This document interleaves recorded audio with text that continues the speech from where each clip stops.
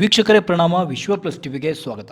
ರಾಜ್ಯದಲ್ಲಿ ಇತ್ತೀಚೆಗೆ ಮೈಕ್ರೋ ಫೈನಾನ್ಸ್ಗಳ ಕಾಟ ಹೆಚ್ಚಾಗ್ತಾ ಇದೆ ಎಂಬುವ ಕೂಗು ರಾಜ್ಯಾದ್ಯಂತ ಜನಸಾಮಾನ್ಯರನ್ನ ಭುಗಿಲೆಬ್ಬಿಸಿದೆ. ಮೈಕ್ರೋ ಫೈನಾನ್ಸ್ ಸಿಬ್ಬಂದಿ ಸಾಲ ವಸೂಲಾತಿ ಮಾಡುವ ರೀತಿಗೆ ಹೆದರಿ ಹಲವರು ಪ್ರಾಣವನ್ನೇ ಕಳೆದುಕೊಂಡಿದ್ದಾರೆ. ಮತ್ತೆ ಹಲವರು ತಮ್ಮ ಊರುಗಳನ್ನೇ ಬಿಟ್ಟು ಹೋಗಿದ್ದಾರೆ.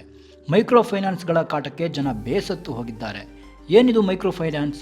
ಅವರು ನೀಡುವ ಸಾಲ, ಅದಕ್ಕೆ ವಿಧಿಸುವ ಬಡ್ಡಿ, ಅವರ ವಸೂಲಾತಿಯ ಕಿರುಕುಳ ಎಲ್ಲವನ್ನೂ ಈ ವಿಡಿಯೋದಲ್ಲಿ ಸಂಪೂರ್ಣವಾಗಿ ತಿಳಿಸ್ಕೊಡ್ತೇವೆ. ಅದಕ್ಕೂ ಮೊದಲು ನೀವೇನಾದರೂ ನಮ್ಮ ಚಾನೆಲ್ ಮೊದಲನೇ ಬಾರಿಗೆ ನೋಡ್ತಾ ಇದ್ರೆ ನಮ್ಮ ಚಾನೆಲ್ ಸಬ್ಸ್ಕ್ರೈಬ್ ಮಾಡಿಕೊಂಡು ಪಕ್ಕದಲ್ಲಿರುವ ಬೆಲ್ ಐಕಾನ್ ಒತ್ತಿ ನಾವು ಹಾಕುವಂತ ಪ್ರತಿಯೊಂದು ವಿಡಿಯೋವನ್ನ ವೀಕ್ಷಿಸಿ. ಸರಿ, ಈಗ ವಿಷಯಕ್ಕೆ ಬರೋಣ. ವೀಕ್ಷಕರೇ, ಮೈಕ್ರೋ ಫೈನಾನ್ಸ್ ಎಂದರೆ ಯಾವುದೇ ರೀತಿಯ ಹೆಚ್ಚಿನ ದಾಖಲೆಗಳನ್ನು ಕೇಳದೆ ಕನಿಷ್ಠ ದಾಖಲೆಗಳಿಂದಲೇ ಸಂಕಷ್ಟದಲ್ಲಿರುವ ಜನರಿಗೆ ಸುಲಭವಾಗಿ ಸಾಲ ನೀಡುವ ಆಶಯದೊಂದಿಗೆ ಆರಂಭಗೊಂಡಿರುವ ಒಂದು ಖಾಸಗಿ ಕಂಪನಿಗಳು. ಇಂಥ ಮೈಕ್ರೋ ಫೈನಾನ್ಸ್ ಕಂಪನಿಗಳು ಈಗ ಜನರ ಜೀವನವನ್ನ ಹಿಂಡ್ತಾ ಇವೆ. ಇದು ಕರ್ನಾಟಕ ರಾಜ್ಯಕ್ಕೊಂದೇ ಸೀಮಿತವಾದ ಕಿರುಕುಳದ ಕಥೆಯಾಗಿ ಉಳಿದಿಲ್ಲ. ಇಡೀ ದೇಶಾದ್ಯಂತ ಮೈಕ್ರೋ ಫೈನಾನ್ಸರ್ ಕಾಟ ತಪ್ಪಿಲ್ಲ. ಅನೇಕ ರಾಜ್ಯದಲ್ಲಿ ಜನರು ಈ ಮೈಕ್ರೋ ಫೈನಾನ್ಸ್ ನ ಸುಳಿಯಲ್ಲಿ ಸಿಕ್ಕು ತಮ್ಮ ಜೀವನ ಮತ್ತು ಜೀವ ಎರಡನ್ನೂ ಕಳೆದುಕೊಳ್ತಾ ಇದ್ದಾರೆ. ಆರ್ಥಿಕ ಸಂಕಷ್ಟದಲ್ಲಿರುವ ಜನರು ಮತ್ತು ನಿರುದ್ಯೋಗಿಗಳು, ಬಡವರು ಹಾಗೂ ಕೃಷಿ ಆಧಾರಿತ ಕುಟುಂಬಗಳು ತಾವು ಬೆಳೆದ ಬೆಳೆಗೆ ಸರಿಯಾಗಿ ಬೆಲೆ ಸಿಗದಿದ್ದಾಗ ಅವರ ಜೊತೆಗೆ ಕೃಷಿ ಚಟುವಟಿಕೆಗಳನ್ನು ನಡೆಸಲು ಹಣದ ಅವಶ್ಯಕತೆ ಉಂಟಾಗುತ್ತೆ. ಆಗ ಸುಲಭವಾಗಿ ಸಾಲ ಸಿಗುತ್ತೆ ಎಂಬ ಆಸೆಗೆ ಮೈಕ್ರೋ ಫೈನಾನ್ಸ್ಗಳು ನೀಡುವ ಸಾಲದ ಮೊರೆ ಹೋಗ್ತಾರೆ. ಈ ಮೈಕ್ರೋ ಫೈನಾನ್ಸರ್ ನಿಗದಿಪಡಿಸಿದ ಹೆಚ್ಚಿನ ಬಡ್ಡಿ ದರಕ್ಕೆ ಸಾಲ ಪಡಿತಾರೆ. ಇದನ್ನ ಒಪ್ಪಿ ಸಾಲನೂ ಕೂಡ ಪಡೆದು ಕೆಲವು ತಿಂಗಳುಗಳವರೆಗೆ ಕಂತಿನ ರೂಪದಲ್ಲಿ ಸಾಲ ಮರುಪಾವತಿ ಮಾಡುತ್ತಿರುತ್ತಾರೆ. ಅನಂತರ ಯಾವುದೋ ಆಂತರಿಕ ಸಮಸ್ಯೆಗಳ ಸುಳಿಯಲ್ಲಿ ಸಿಲುಕಿಕೊಂಡಾಗ ಕಂತಿನ ಹಣ ಪಾವತಿ ಮಾಡಲು ಆಗದೇ ಇದ್ದಾಗ ಈ ಮೈಕ್ರೋ ಫೈನಾನ್ಸ್ ಸಿಬ್ಬಂದಿ ಮನೆ ಬಾಗಿಲೆ ಬರುವುದು ಶುರುವಾಗುತ್ತೆ.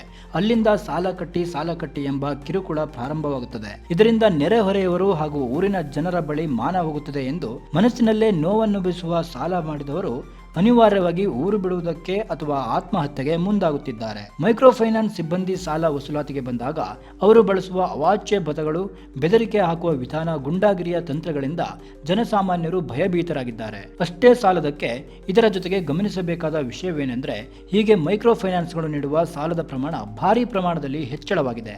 ಆದರೆ ಸಾಲದ ಮರುಪಾವತಿಯಲ್ಲಿ ಕುಸಿತ ಉಂಟಾಗಿದೆ. ಇದರಿಂದಾಗಿಯೇ ಈ ಎಲ್ಲ ರೀತಿಯ ಸಮಸ್ಯೆಗಳು ಉದ್ಭವಿಸುತ್ತಿವೆ. ಸಾಲ ಪಡೆಯುವಾಗ ಇರುವಂತಹ ಉತ್ಸಾಹ ಜನರಲ್ಲಿ ಸಾಲ ಮರುಪಾವತಿಸಲು ಇರುವುದಿಲ್ಲ. ಯಾವುದೇ ಫೈನಾನ್ಸ್ ಕಂಪನಿಗಳು ಹೆಚ್ಚಿನ ಬಡ್ಡಿಗೆ ಸಾಲ ನೀಡುತ್ತಿವೆ ಅಂದ್ರೆ ಈ ರೀತಿಯ ಸಾಲ ಪಡೆಯುವುದಕ್ಕೆ ಯಾಕೆ ಮುಂದಾಗಬೇಕು?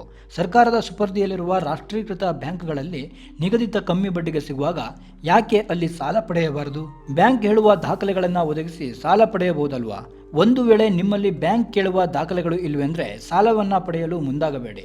ಒಂದು ವೇಳೆ ಮೈಕ್ರೋ ಫೈನಾನ್ಸ್ಗಳಲ್ಲಿ ಸಾಲವನ್ನು ಪಡೆಯಲೇಬೇಕಾದ ಸಂದರ್ಭ ಉದ್ಭವಿಸಿದಾಗ ಅವರು ವಿಧಿಸುವ ಬಡ್ಡಿ ಎಷ್ಟು, ಸಾಲ ಸರಿಯಾದ ಕಂತಿನಲ್ಲಿ ಪಾವತಿಸಿಲ್ಲವೆಂದರೆ ಅದಕ್ಕೆ ಬೀಳುವ ಚಕ್ರ ಬಡ್ಡಿ, ಮೀಟರ್ ಬಡ್ಡಿ ದರ ಎಷ್ಟು, ಹೀಗೆ ಎಲ್ಲದರ ಬಗ್ಗೆ ಒಂದಲ್ಲ 4 ಬಾರಿ ಯೋಚಿಸಿ ಸಾಲವನ್ನ ಪಡೆಯಬೇಕು. ಸಾಲವನ್ನ ಪಡೆದ ನಂತರ ಕಟ್ಟಲು ಆಗಿಲ್ಲವೆಂದು ಪ್ರಾಣ ಕಳೆದುಕೊಳ್ಳುವುದು ಎಷ್ಟರ ಮಟ್ಟಿಗೆ ಸರಿ?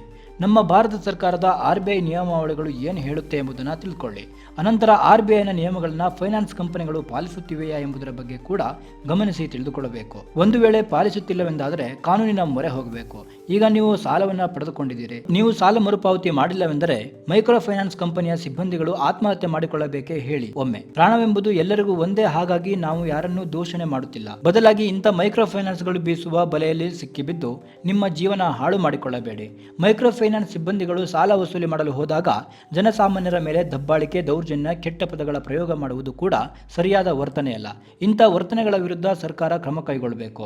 ನಮ್ಮ ರಾಜ್ಯದ ಹಲವಾರು ಜಿಲ್ಲೆಗಳಲ್ಲಿ ಮೈಕ್ರೋ ಫೈನಾನ್ಸ್ ಕಿರುಕುಳದಿಂದ ಪ್ರಾಣವನ್ನ ಕಳೆದುಕೊಂಡಿದ್ದಾರೆ. ಕೆಲವರು ಊರನ್ನೇ ಖಾಲಿ ಮಾಡಿದ್ದಾರೆ. ಇನ್ನೊಂದು ಕಡೆ ಪತಿಯನ್ನ ಕಳೆದುಕೊಂಡ ಪತ್ನಿ ಸಿಎಂ ಸಿದ್ದರಾಮಯ್ಯ ಹಾಗೂ ಗೃಹ ಸಚಿವ ಜಿ ಪರಮೇಶ್ವರ್ ಅವರಿಗೆ ಪತ್ರ ಮೂಲಕ ತನ್ನ ತಾಳಿಯನ್ನ ಕಳಿಸಿಕೊಟ್ಟು ಮಹಿಳೆಯರ ಮಾಂಗಲ್ಯ ಉಳಿಸಿ ಎಂಬ ಅಭಿಯಾನಕ್ಕೆ ಮುಂದಾಗಿದ್ದಾರೆ. ಈ ಮೈಕ್ರೋ ಫೈನಾನ್ಸ್ ಭೂತಕ್ಕೆ ಸಿಕ್ಕಿ ಸೆಣಸಾಟ ನಡೆಸುತ್ತಿರುವ ರಾಜ್ಯದ ಜನರ ಕೂಗು ಸರ್ಕಾರಕ್ಕೂ ಮುಟ್ಟಿದೆ. ಇದನ್ನೆಲ್ಲ ಗಮನಿಸಿ ಸಿಎಂ ಸಿದ್ದರಾಮಯ್ಯ ಸಾರ್ವಜನಿಕರಿಗೆ ಆಗುತ್ತಿರುವ ಸಮಸ್ಯೆಗಳ ಗಂಭೀರತೆ ಅರಿತು ನಾಳೆ ಶನಿವಾರ ವಿಶೇಷ ಸಭೆ ನಡೆಸಿ ಅಧಿಕಾರಿಗಳ ಜೊತೆಗೆ ಸಮಾಲೋಚನೆ ನಡೆಸಲಿದ್ದಾರೆ. ಈ ಸಭೆಯಲ್ಲಿ ಸರ್ಕಾರದ ಸಚಿವರು, ಪೊಲೀಸ್ ಮಹಾನಿರ್ದೇಶಕರು, ಆರ್ಥಿಕ ಇಲಾಖೆ, ಸಹಕಾರ ಇಲಾಖೆ, ಕಂದಾಯ ಇಲಾಖೆ, ಅಪರ ಮುಖ್ಯ ಕಾರ್ಯದರ್ಶಿ ಸೇರಿದಂತೆ ಸರ್ಕಾರದ ನಾನಾ ಅಧಿಕಾರಿಗಳು ಭಾಗವಹಿಸಲಿದ್ದಾರೆ. ಈ ಮೈಕ್ರೋ ಫೈನಾನ್ಸ್ ವಿಚಾರವಾಗಿ ಮಾತನಾಡಿರುವ ಕೇಂದ್ರ ಸಚಿವ ಕುಮಾರಸ್ವಾಮಿ ಸರ್ಕಾರಕ್ಕೆ ನೇರವಾಗಿ ತಿವಿದಿದ್ದಾರೆ. ಕಾಂಗ್ರೆಸ್ ಸರ್ಕಾರ ರಾಜ್ಯದಲ್ಲಿ ಪಂಚ ಗ್ಯಾರಂಟಿಗಳನ್ನ ಕೊಟ್ಟಿದೆ. ತಿಂಗಳಿಗೆ 2,000 ರೂಪಾಯಿ ಕೊಡ್ತಾ ಇದೆ. ಹೀಗಿದ್ರೂ ಯಾಕೆ ಜನ ಮೈಕ್ರೋ ಫೈನಾನ್ಸ್ಗಳಲ್ಲಿ ಸಾಲ ಮೊರೆ ಹೋಗ್ತಾ ಇದ್ದಾರೆ ಅಂತ ಸರ್ಕಾರಕ್ಕೆ ಮಾತಿನ ಚಾಟಿ ಬೀಸ್ತಾ ಇದ್ದಾರೆ. ಶನಿವಾರ ಸಭೆ ನಡೆಸಲಿರುವ ಸರ್ಕಾರ ಮೈಕ್ರೋ ಫೈನಾನ್ಸ್ಗಳ ಮೇಲೆ ಯಾವ ರೀತಿಯ ಷರತ್ತುಗಳನ್ನು ಜಾರಿಗೆ ತರುತ್ತೆ, ಏನೆಲ್ಲ ಕಡಿವಾಣ ಹಾಕುತ್ತೆ ಎಂಬುದನ್ನು ತಿಳಿಯಲು ಸಾರ್ವಜನಿಕರು ಕಾತುರದಿಂದ ಕಾದಿದ್ದಾರೆ. ಈ ಮಾಹಿತಿಯ ಬಗ್ಗೆ ನಿಮಗೆ ಹೇಗೆ ಅನಿಸ್ತು ಎಂಬುದನ್ನು ತಪ್ಪದೇ ಕಾಮೆಂಟ್ ಮೂಲಕ ತಿಳಿಸಿ. ನಮಸ್ಕಾರ. ಸ್ಪೆಷಲ್ ನ್ಯೂಸ್ ವಿಶ್ವ ಪ್ಲಸ್ ಟಿವಿ.